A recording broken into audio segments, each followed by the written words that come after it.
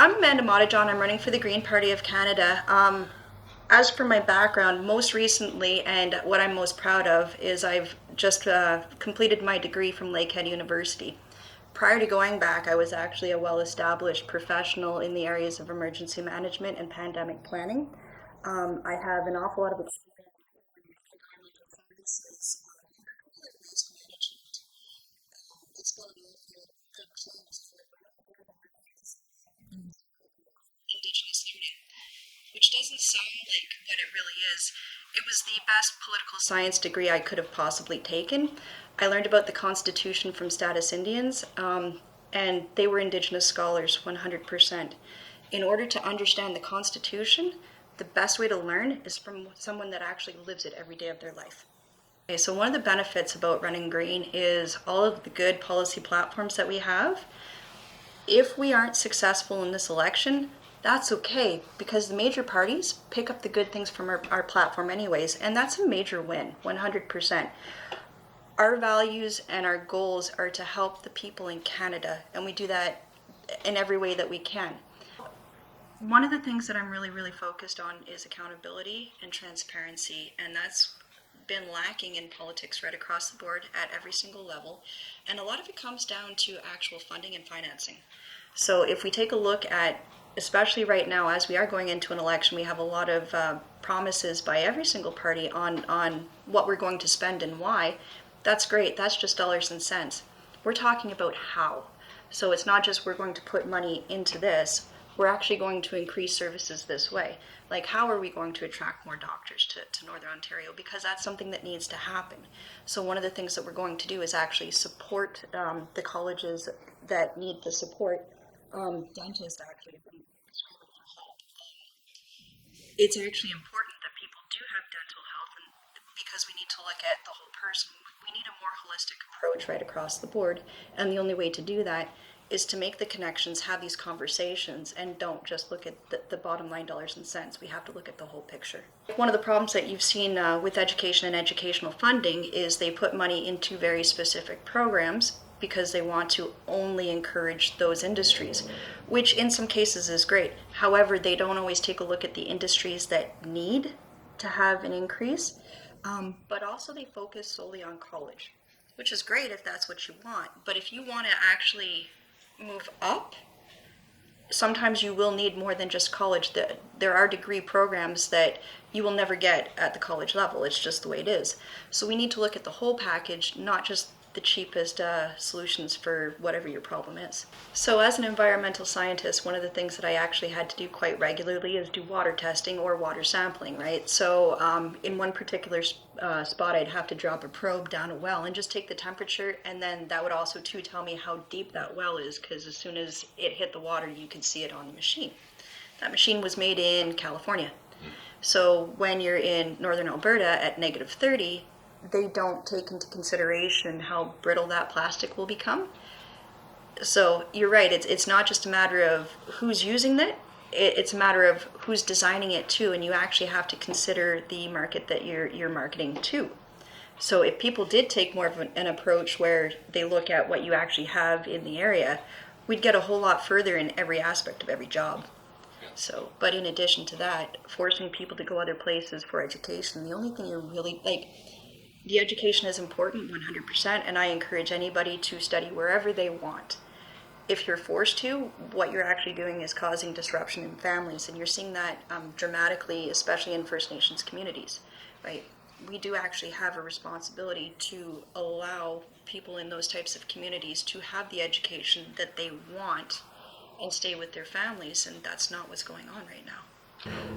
One of the nice things about being part of the Green Party, though, is we are able to disagree. We're not to be disagreeable, but it's okay to disagree and have those conversations. And that's been really critical through this entire, whatever you want to call it. And it's actually brought a lot of us closer together, right? Because it's a matter of how do we want this party led? How do we get to that place? And what do we actually focus on in the interim until we can get there? And those are all really critical things in the Green Party. Housing is 100% a major crisis right now. One of the communities I've been very actively involved with is the Afghan Refugees. So I understand that this is a very small group of people that will be coming to Canada, and especially with the airstrip currently being closed in Kabul, 100%. However, the issues that that particular community faces as they come in is the same as many other refugee communities. But it's also very similar to a lot of other marginalized communities as well. Housing is hard to come by. It's not at all affordable, and even the ones that are touted as affordable are not. Unfortunately, we don't have the finances to currently back up people paying as much as they are for rent, and a lot of people can't afford to buy a home right now. Housing prices have gone up, what, 300% in the last year, give or take? Like, I bought my first home 4 years ago now, right? I was 3 years ago. I was 39. That's 10 years older than the national average for your first home. And as a single mother, I scrimped and I saved and I really worked hard to get that first home. It's more than doubled in value, which is great for me, terrible for anybody else that's trying to buy a house right now. So I can't really celebrate that victory for myself when I'm watching the entire community actually suffer because of it. You actually have to take a look at your MPAC assessments overall to see why housing's gone up the way it has. And really, at the end of the day, MPAC assessments are driving an awful lot of that. So when you're looking at just the attributes to the home and not the community itself, it's very easy to quickly drive up the value of those homes.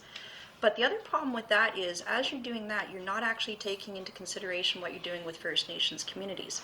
Now, with the design of First Nations communities, their property is actually valued at half of whatever the neighboring community is, and that comes down to it doesn't neatly fit into the current market. Their properties and their territories actually need to be sold back to the Crown in order for it to have any value for real estate. So at that point, as soon as the government of Canada gets that piece of property, they inflate it and increase the price right now. So the community that sold it never gets the value, and they actually end up suffering for it at the end. So we need to look at these assessments right across the board and how they affect all communities, not just communities like Schreiber, but communities like Pays Plat as well. So one of the communities I am very actively involved in is the veteran community, and oftentimes you'll see me running around in my Royal Canadian Legion hoodie and things like that. I really do support everything that they do. And one of the biggest reasons I support this community, other than I am a veteran, but it's important to understand that like my service was very, very short. I was a reservist that got hurt on a training incident.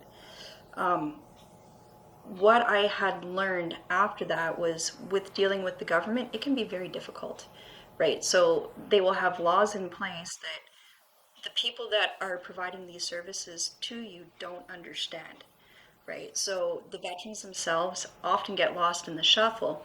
So then you have things like promises made where veterans won't have to fight their government in court for benefits they're entitled to. That's really easy to say, but you have to understand that at the federal level, there's more than one benefit that they might be entitled to from more than one department. If they don't fit neatly together, it can cause an awful issue. And you can see that with the multiple lawsuits that are currently in front of the federal court. So veteran suicide is incredibly high, right? And this is one of those issues that really piggybacks into a lot of other communities. It's not just veterans. Mental health across the board is one of those issues that we keep skirting under the rug. It's not an easy issue to deal with, but overall the problem is we do not have a holistic viewpoint when it comes to healthcare. So mental health is one aspect. You might actually need to look at your dental health. Are you having allergies as well? What is your stress level? Is it environmental? Are there other issues, right? So you need a doctor that can actually look at the whole picture as opposed to just one aspect. Now, I actually know one veteran that had serious mental health issues and then had really bad dental pain. So they went into the hospital and the doctor at the emergency room said, "You have gingivitis." They never did. They had an abscessed tooth, right? So it's like one issue can snowball into many issues, and you need to have an environment where you can talk about all of your issues very, very comfortably and candidly, or else you'll never get to the bottom of it. To be honest, this election shouldn't be happening. Unfortunately, we have too many people that don't understand that this particular virus is only going to be spread as we're in contact with each other. So the best way to stop that spread is to not knock on doors. I think it's more important that we actually look at the communities and see what's best for them. So even in this particular election, we haven't been going door to door. We've been going out, we've been putting magnets on people's doors and on their mailboxes, and we also haven't been running signs. The sign thing was a little bit more than just the door to door. We currently have a government that's very focused on reducing plastics, as they should. We thought it was very hypocritical to be putting plastic yard signs in people's yards for an election they don't want, that they're not engaged in, to be thrown out. Absolutely, the Green Party is 100% relevant in this election. I think that one of the most important things that we can all take away from this is every single party right now has a leadership issue. Everyone. The only difference between the Green Party and the rest of them is we have our issues in the open. So what that actually allows us to do is get the sunlight on it to disinfect it and move past it. Right? That's the only way you're going to clean it up, right? And with it being out in the open the way it is, we're actually having conversations to make it better. So we're not only having conversations with ourselves, we're also having it with our leader, because right now she is our leader, right? Like it or lump it, that's what it is. And the only way to make it better is to have the conversations. It doesn't make sense just when somebody has an issue to just throw them to the side. The best thing that we can all do is learn from each other and move forward together. I feel that a lot of Canadians feel that they're being bullied into this election right across the board, and that's not just by any one particular party, it's by a lot. We've all been told for the last year and a half to stay away from people and stay inside. So most of us did our civic duty. We voted in representatives to take care of our interests, and they were given a 4-year term. 18 months is not fair. 100%. So we actually need to move forward together and find ways to actually communicate with each other and take a look at the COVID issue as a whole and see how can we do this better. We've made a lot of strides in the last year here in particular because we have had to be more creative, and it's really worked out for the best for all of us. And if we continue with that type of mentality and that kind of drive as opposed to forcing people into things, we're going to get further. I've lived in a lot of northern environments where they don't have things like internet, right? Right now in Thunder Bay, 17% of the Indigenous population doesn't have a bank account.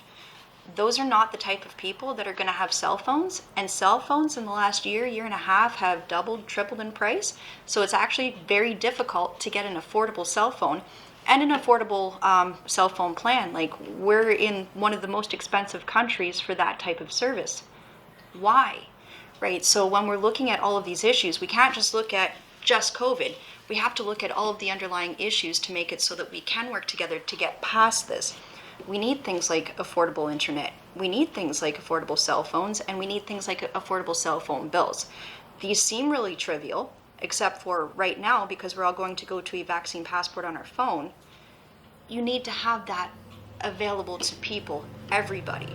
And since it's not, what are we going to do? Right, so one of the benefits that I've seen, I've fought very hard for many years for universal basic income, right? And I was told flat out, we already have that. We have things, we have EI, we have ODSP, and it's like, that's great. ODSP is actually a creature of the province, and maybe it shouldn't be, because there's enough disabled people that are living hand to mouth because they can't afford to actually thrive, because ODSP doesn't allow that, right? If you had something like a universal basic income, everybody that's in a position like that would have enough money that they could survive. But we need to transition towards things like that in order to have a more equitable society.